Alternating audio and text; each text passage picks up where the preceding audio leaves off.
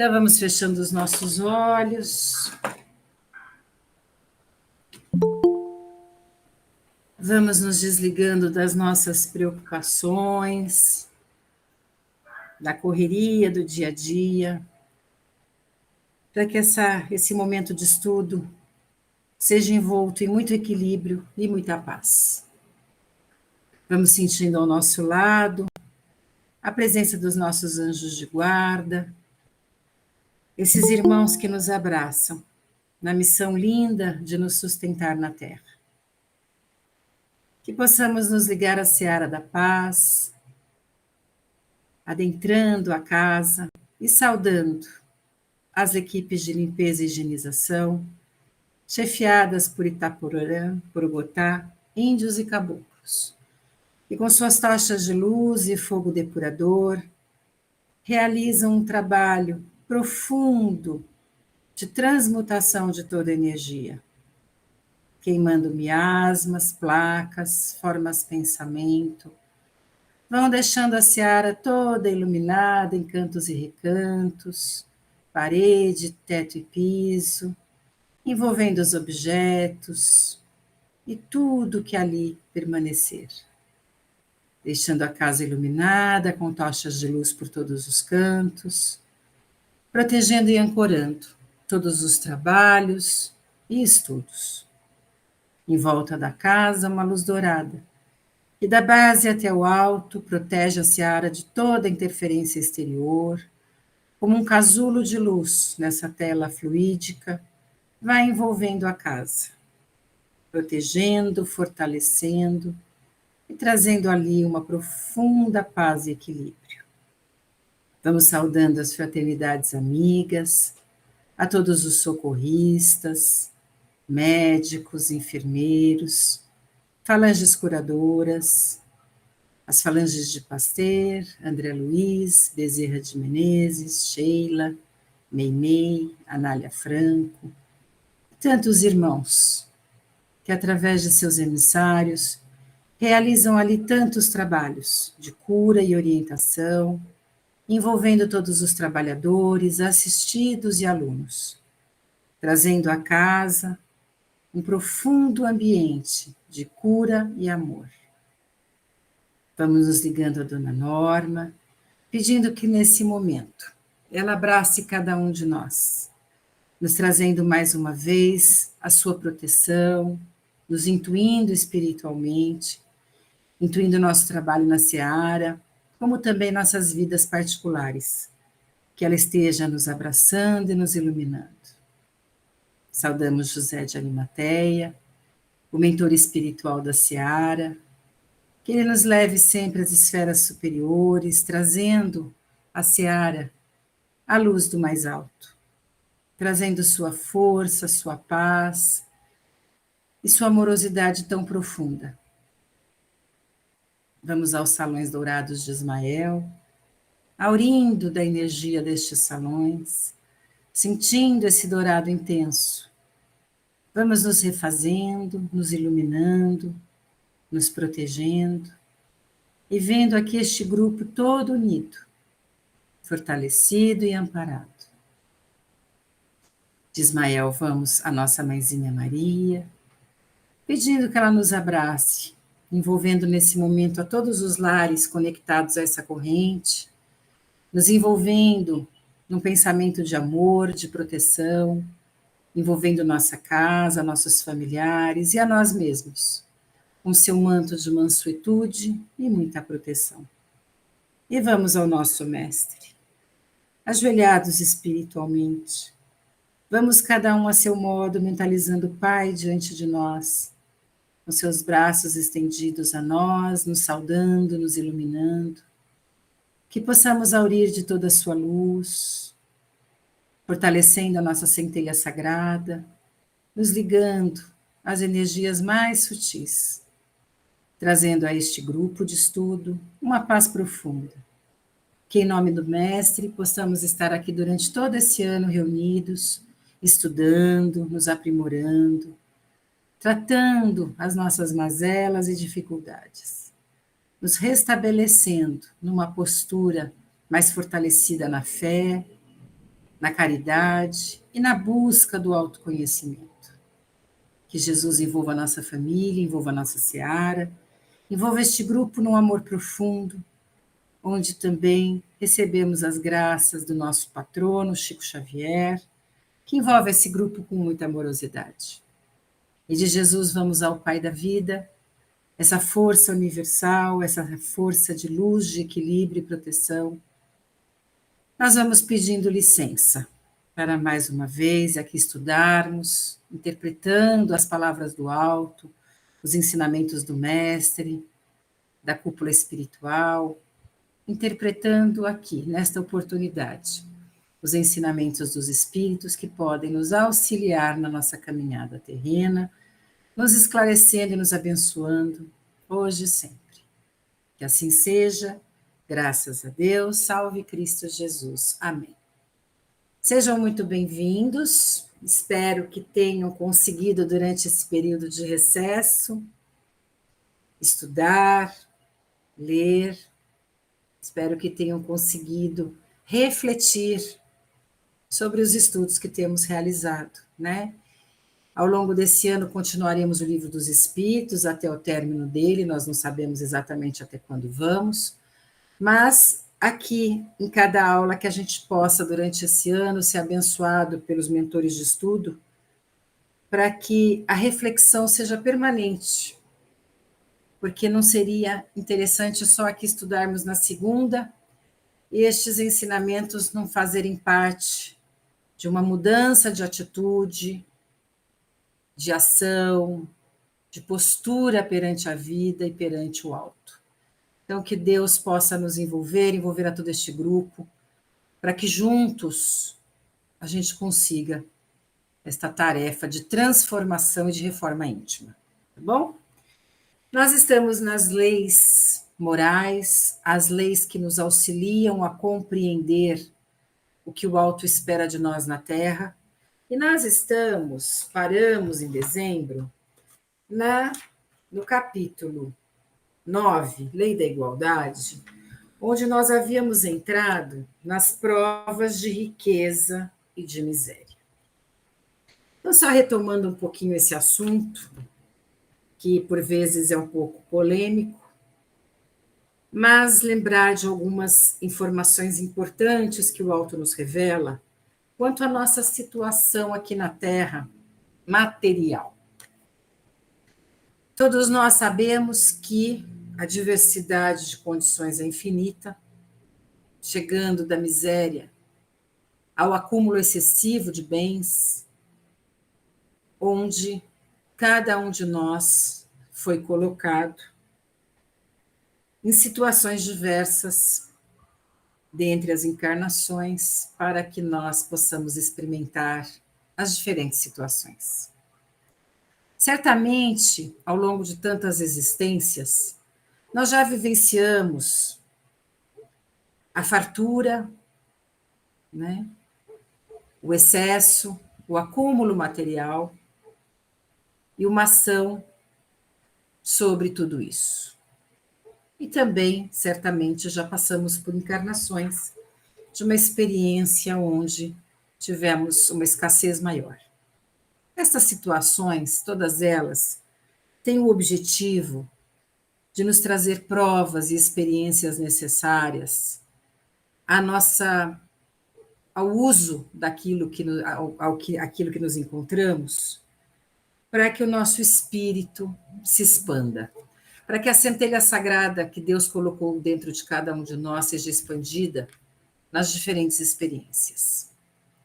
Aos que sofrem na escassez, sem o juízo de valor das organizações sociais, mas na condição individual da escassez, como nós nos comportamos perante a dificuldade material.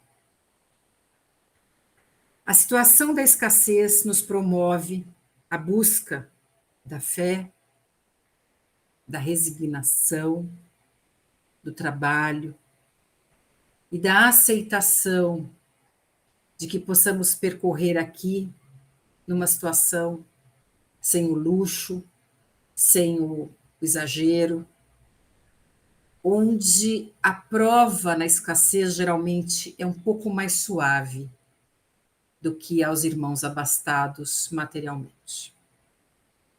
Como a riqueza material no mundo material tende a exacerbar as nossas sensações mais mundanas, é muito fácil, na experiência da riqueza, nós cairmos, nós falharmos. Nós nos deslumbrarmos com o belo, com o luxo, com o poder, o domínio, com os valores que aqui na Terra são tão exaltados frente àquele que possui muitos bens. Então, a estes a prova da humildade, da caridade, da abnegação e da simplicidade. Como ser humilde dentro de um reinado, dentro de um castelo, sem tendo poder, tendo controle sobre todos, tendo, né, uma hierarquia aos seus pés. Aquele que consegue ultrapassar as condições da matéria e enxergar que na escassez ou no excesso permanecemos num trabalho árduo de transformação, chegam ao final dessa encarnação aliviados, porque não estarão presos às dores e os apegos que nós trazemos aqui ao longo da vida. Nós chegamos sozinhos, saímos desta encarnação sozinhos, e além de sozinhos, claro que com o apoio do plano espiritual, mas sem os familiares, sem as pessoas que nós convivemos, nós chegamos e saímos sozinhos. E também nas nossas posses materiais. Nós chegamos, temos aqui um percurso e saímos sem nada. Muitas vezes até com dificuldade em identificar o nosso corpo perispiritual na vida desencarnada. Então, a situação de ter ou não posses, sem entrarmos nos karmas coletivos daqueles que subjugam a sociedade a tantas dificuldades e diferenças, aos responsáveis por uma estrutura social tão tirana como muitas vezes encontramos na Terra, mas no caso particular, esse aqui é o nosso objetivo desta aula. Como nós podemos, dentro da experiência que estamos, aprender, melhorarmos, transformar a nossa dor, seja na riqueza ou no sofrimento material, como nós podemos transformar isto em sabedoria. E não só na situação material, mas em todas as situações às quais somos colocados na vida encarnada, como podemos utilizar cada situação para nos tornarmos mais equilibrados.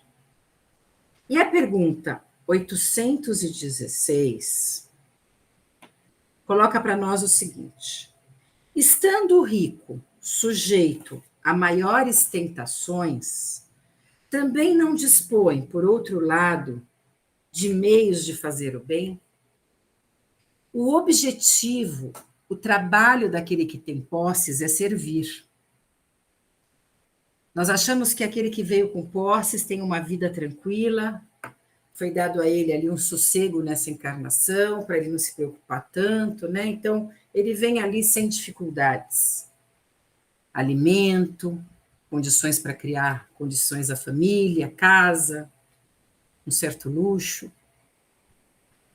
A prova deste irmão é o servir, ao contrário do que muitas vezes pensamos. Servir ao seu semelhante na sua condição material. Nós somos colocados aqui na vida encarnada todos em condição de doadores. Todos nós. Nenhum de nós é capaz de dizer: eu não tenho nada a servir ao meu semelhante. Porque temos condições materiais para servir, temos sabedoria para doar, temos amorosidade para nutrir os nossos irmãos em sofrimento, temos a doação da prece, nós temos infinitas condições, temos o nosso ouvido, o nosso tempo, mas na condição dos irmãos abastados materialmente, sua prova é servir. É uma prova muito difícil. Porque estando com tudo ali saciado, sair para servir, como fez José de Arimateia, como fez São Francisco de Assis, que eram poderosos e ricos. Saíram para servir, materialmente e espiritualmente. E tantos exemplos de irmãos que saíram para servir numa condição material muito abastada. Mas é justamente nesta prova que os irmãos são testados na sua vaidade. Então, muitos falham. Mas muitos conseguem. E o que faz alguns conseguirem e outros não? A nossa perseverança na busca espiritual. Nós não somos trazidos à Terra para falhar. A Marina vai encarnar, as pessoas vão encarnar, irão encarnar, mas talvez eles consigam. Não, quando nós somos colocados aqui na Terra, nós trazemos condições para o acerto. Nós trazemos recursos espirituais para o acerto. Amparo espiritual para o acerto. Se há falha, muitas vezes é a nossa fraqueza espiritual. É a nossa tentação aqui na Terra. Por isso que se chama prova. É uma prova. Nós estudamos, nós vamos para a prova, nós nos preparamos, nós organizamos a nossa matéria, nós lemos, mas quando chega a prova, a gente não sabe bem ali como se comportar. Vem a vontade de não escrever tanto, vem a preguiça, vem a vaidade, eu sou bom, então eu vou escrever tudo certo e erro. Assim é a prova da matéria. Nós somos colocados aqui com atributos materiais, com o cumprimento na espiritualidade de servir. Mas nós esquecemos disso. Esquecemos e passamos a negligenciar a vida espiritual. E aí a espiritualidade diz o seguinte: é justamente o que vem sempre, nem sempre faz. Torna-se egoísta, orgulhoso, insaciável. O insaciamento é uma das coisas mais sérias que ocorre, porque não só falha na prova, mas quer mais. Quer mais no sentido da ambição, do controle. E não é só a ambição pelo dinheiro, pela matéria, mas pelo poder que esta matéria concede. Porque quem muito tem na Terra tem muito poder, entre aspas, dentro de uma sociedade materialista. É bem visto, é respeitado, tem facilidades, tem servidores, tem empregados. Então, nesse caso, é uma prova muito difícil. Então, quando nós olhamos irmãos muito abastados, nós pensamos, seria bom, né, ter uma situação tão tranquila. Nos enganamos. Não é uma situação tranquila. E quando as pessoas não cumprem esta etapa, o que ocorre? O chamado, a consciência. As pessoas sentem depressão, angústia, tristeza. Aquele dinheiro, aquele poder não consola, não abraça, não acalma, não resolve. Por quê? Porque ela sabe na sua consciência. E a consciência não nos engana. A consciência é o crivo que Deus nos deu para o julgamento interno, não para o externo, para o nosso julgamento.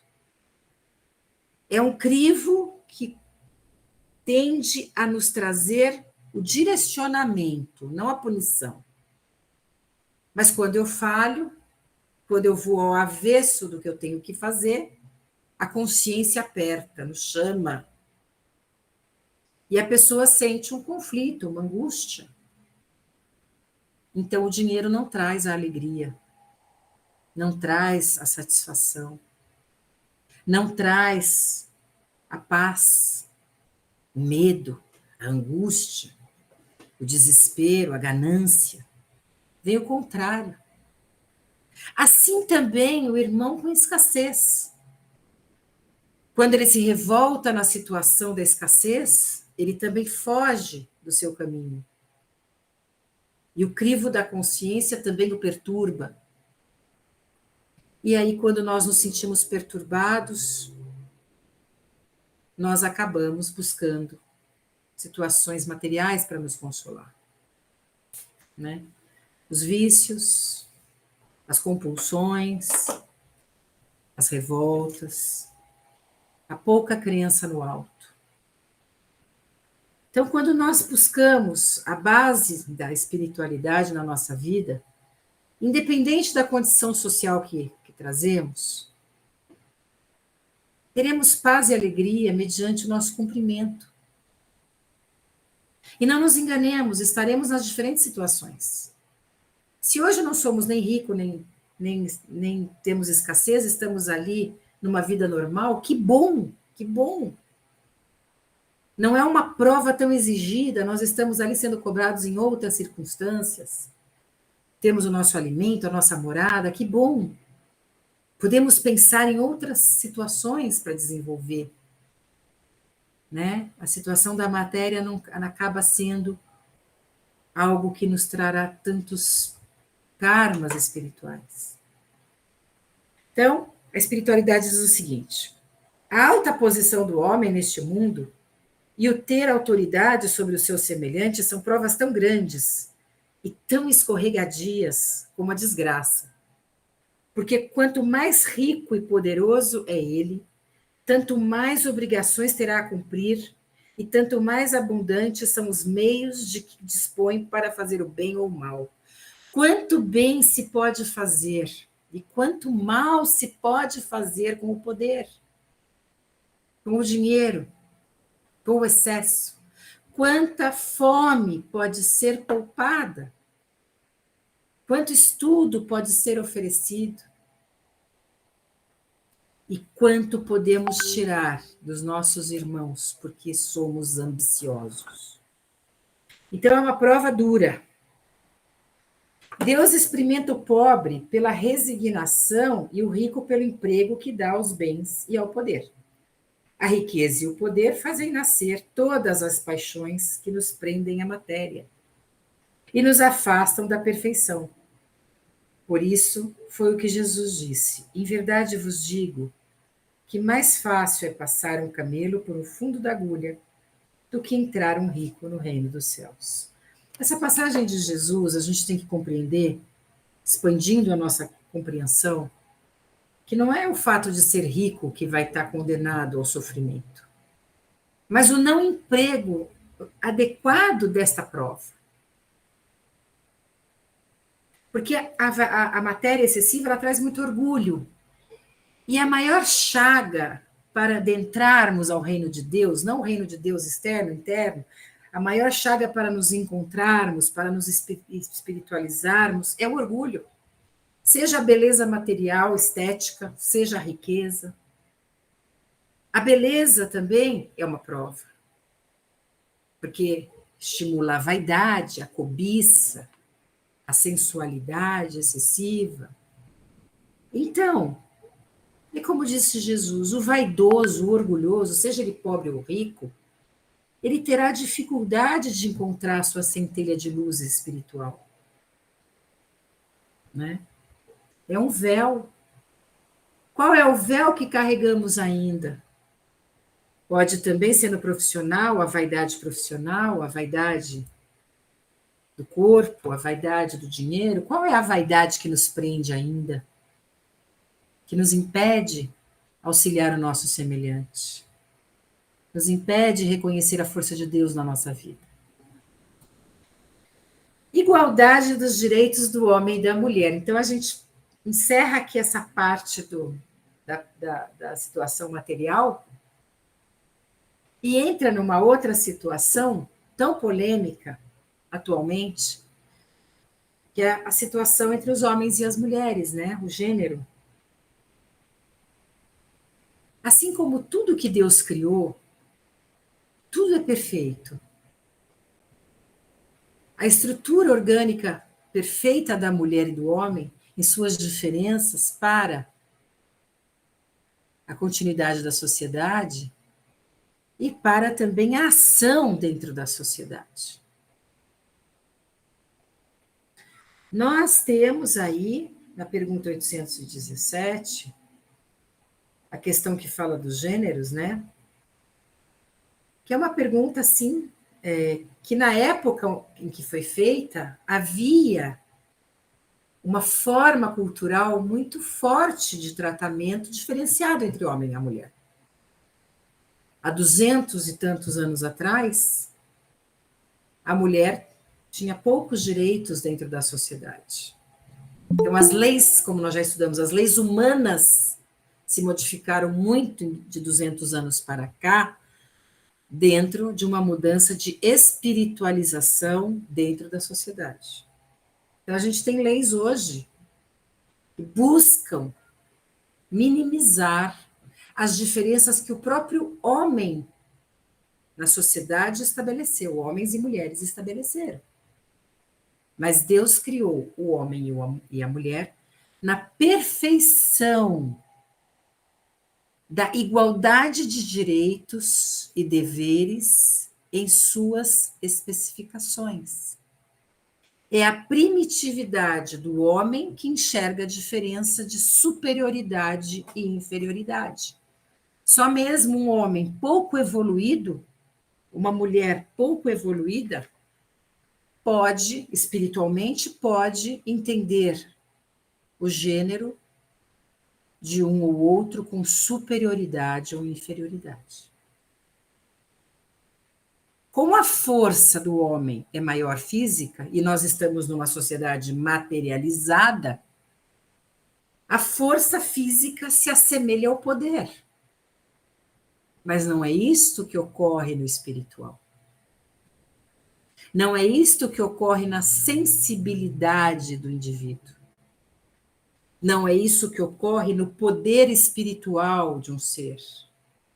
Isto é a limitação do homem, de achar que pela força ele é superior ao outro ser, como o adulto se acha superior à criança. Por isso que muitas vezes intimida e subjuga a infância. Sem pensarmos que muitas vezes uma criança tão pequena traz uma espiritualidade muito mais antiga e muito maior do que um idoso. Então, quando nós temos como referência os aspectos terrenos, nós falharemos. Mas quando nós olhamos a consciência espiritual de cada um de nós, nós entendemos que não há a menor condição de colocarmos uma superioridade ou uma inferioridade entre os gêneros. Há 200 anos atrás, como havia uma desigualdade social marcante, os espíritos fazem a seguinte pergunta. Os espíritos não, desculpa, a equipe de Kardec. São iguais perante Deus o homem e a mulher e têm os mesmos direitos? E a espiritualidade responde: não outorgou Deus a ambos a inteligência do bem e do mal e a faculdade de progredir? Vamos entender uma situação que é importante aqui ser elucidada. Quando nós desencarnamos, é uma pergunta que muitos alunos fazem, se nós temos o gênero, né, feminino e masculino, sexo feminino e masculino, no espírito. Dependendo da condição espiritual do ser, ele ainda na espiritualidade, ele se identifica em gênero, feminino e masculino. Com a evolução espiritual, o fato de apresentar o gênero feminino ou masculino independe a espiritualidade do ser. Então, nós, quanto mais presos à vida terrena, às condições de um homem ainda em terceira e quarta dimensão, nós precisamos ainda dessa diferenciação. Porque nós associamos muitas vezes, inclusive, o amor à diferença, né, dos gêneros. E quando nós evoluímos espiritualmente, nós vemos que ser lá em cima um espírito manifestando características perispirituais de um homem ou uma mulher, pouca importância faz. É uma roupagem, é uma materialização perispiritual na parte de matéria do perispírito, que se mostra um homem ou uma mulher. Porque lembramos da última encarnação, temos como referência a última encarnação, ou temos como referência uma encarnação que foi muito importante para nós, naquela família espiritual que estamos. Mas quando o espírito evolui, tem uma condição de sexta dimensão, de quinta dimensão e para cima, não importa mais. Esta vestimenta, seja na terceira dimensão ou na quarta, não importa, não tem sentido para o espírito. Porque os impulsos ligados ao corpo já não são mais carnais, de união, de apelo físico, mas de simetria de almas. Então, nós temos nas encarnações de espíritos evoluídos, de irmãos em planetas mais evoluídos, a presença espiritual do ser do outro gênero é pela afinidade de energia, o amor que se sente, não pela atração visual. Então, ainda fazendo parte de um planeta materializado, nós lá precisamos ter essa ideia de que é feminino, masculino.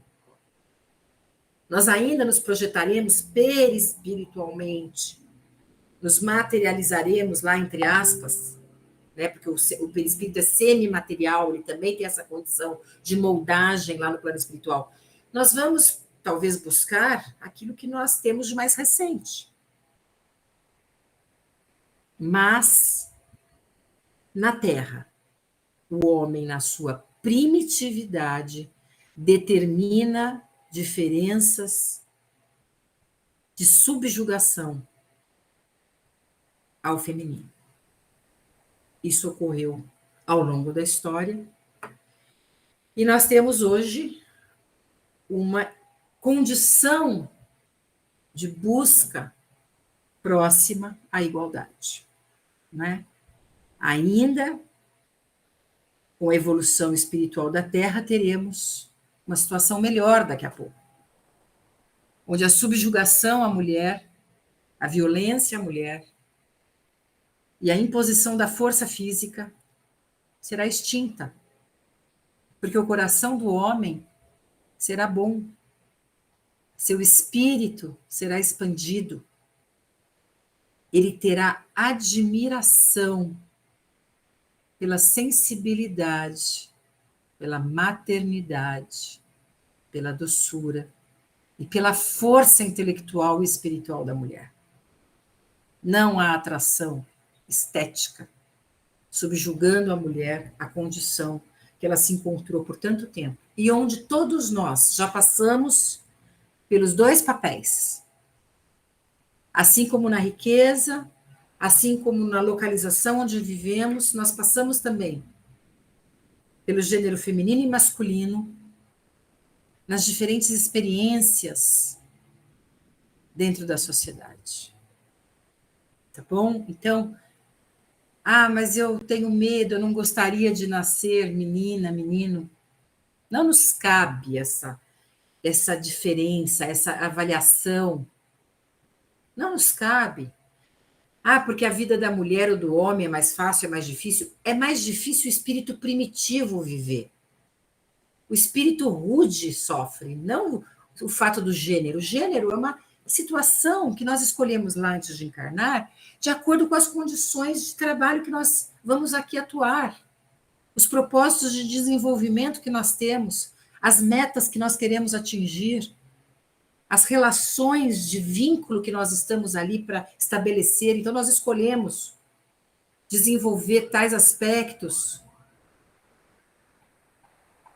mas que para o espírito evoluído tanto importa. Para quem importa?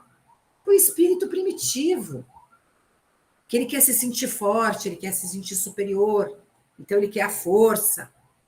O espírito primitivo vê diferença. O espírito primitivo escolhe um gênero. O espírito esclarecido encontra em cada gênero oportunidade de evolução. Sem entrar nas questões das alterações de gênero, sem entrar em nada disso, falando da formação que o pai colocou dentro da sociedade para se organizar em evolução. Tá bom? Então, o que vai determinar a nossa felicidade? Não é estar no corpo feminino ou masculino, não estar no palácio ou dentro de uma comunidade. O que vai definir a minha felicidade é o meu espírito, o meu grau de evolução espiritual. Quantos estão na riqueza, alcoolizados, drogados, depressivos, não encontram paz? Quantos estão aí alternando gênero, muitas vezes, sem encontrar paz também, porque não se encontram bem em nenhuma situação? É a condição de evolução que nos adequa à nossa paz interna. Tá? Então, isto é ponto. O que nós vamos ser, onde nós vamos estar, pouco importa o espírito evoluído. Importa para o espírito que ainda está ali. Nossa, mas eu vou ter o que lá na Terra, hein? O que eu vou barganhar para encarnar? Sendo que encarnar é dificílimo. Quando nós encarnamos, nós deixamos milhares de irmãos para trás, que não puderam encarnar, porque não tiveram a oportunidade de encarnar. Quantos irmãos estão clamando pelo encarne, porque sabem que através do encarne poderão ajustar as suas desarmonias, poderão resgatar os seus elos, poderão estar aqui correndo numa evolução que eles precisam ter.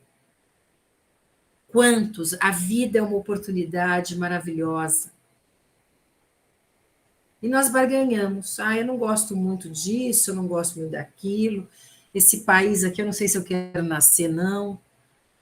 Quantos abortos espontâneos nós temos, que nós vemos na literatura, porque os espíritos chegam na hora, eles recuam, porque eles não querem mais o que eles prometeram. Eles escolhem lá o programa na encarnação, mas eles voltam atrás, fogem do encarne. O medo. Isto é típico do planeta de expiação e prova. Esta fase nós temos que transpor agora, com a vinda dessa oportunidade de evolução do planeta. Então, estes mitos, esses dogmas atrasados que a humanidade carregou, tem que cair por terra. Como um homem pode ter direitos diferentes de uma mulher dentro de uma lógica divina? Isso não faz o menor sentido. Só faz sentido para o homem primitivo, o homem que subjuga o outro, o homem que... o homem ou a mulher, porque a mulher pode trazer um espírito atrasado, e também achar que há diferenças, que há superioridades. Então, vamos refletir. Não é o que eu escolhi para estar encarnado, é como eu estou encarnado, que espírito eu trago para estar aqui. E podem reparar que com o percurso espiritual que nós carregamos, todos esses valores que nós tínhamos lá no começo dessa encarnação se modificaram. Quanta coisa nós lapidamos, quantos juízos nós tínhamos também, quantos preconceitos nós carregamos dentro de nós. E ao longo do desenvolvimento do estudo espiritual, nós vamos ali nos modificando, nós vamos ali adaptando novas formas de reflexão. Tá bom? Mais uma pergunta. De onde provém a inferioridade moral da mulher em certos países? Aí a gente tem as diferenças culturais que são muito claras, não é? E que nós temos que entender como aspectos temporários. Temporários porque fazem parte da diversidade cultural da Terra. Então, quando eles respondem, do predomínio injusto e cruel que sobre ela assumiu o homem, é resultado das instituições sociais e do abuso da força sobre a fraqueza. Entre homens moralmente pouco adiantados, a força faz o direito.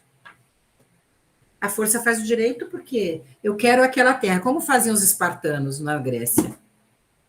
Eles eram fortes, atletas olímpicos, lá foi a primeira Olimpíada, todos cultuavam o corpo, então vamos invadir Atenas, porque Atenas eles só pensam, eles são artistas, eles são intelectuais, eles não têm força nenhuma, ganhavam as guerras.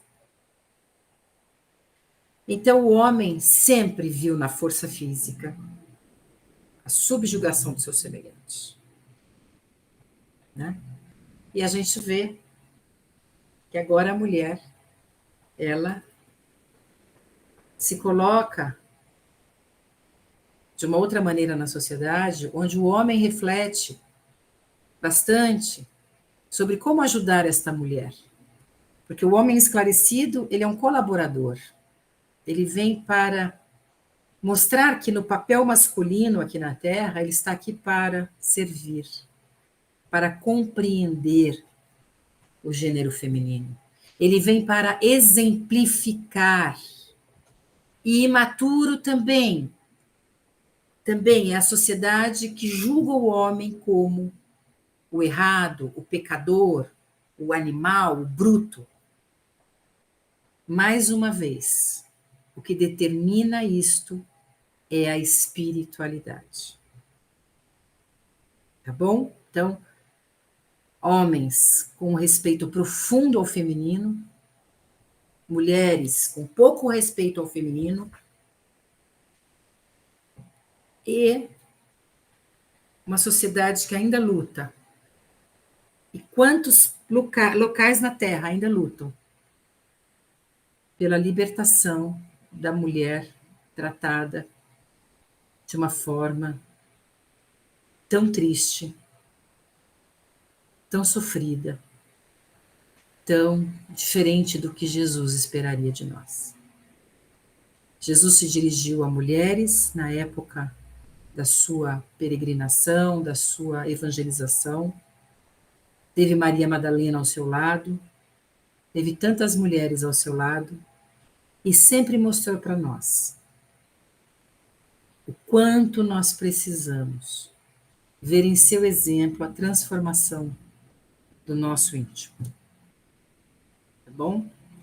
Eu vou abrir para as questões, são 15 para as 9 já, e a gente, se alguém quiser falar um pouquinho, para a gente encerrar, tá bom? Então, paramos na pergunta 819.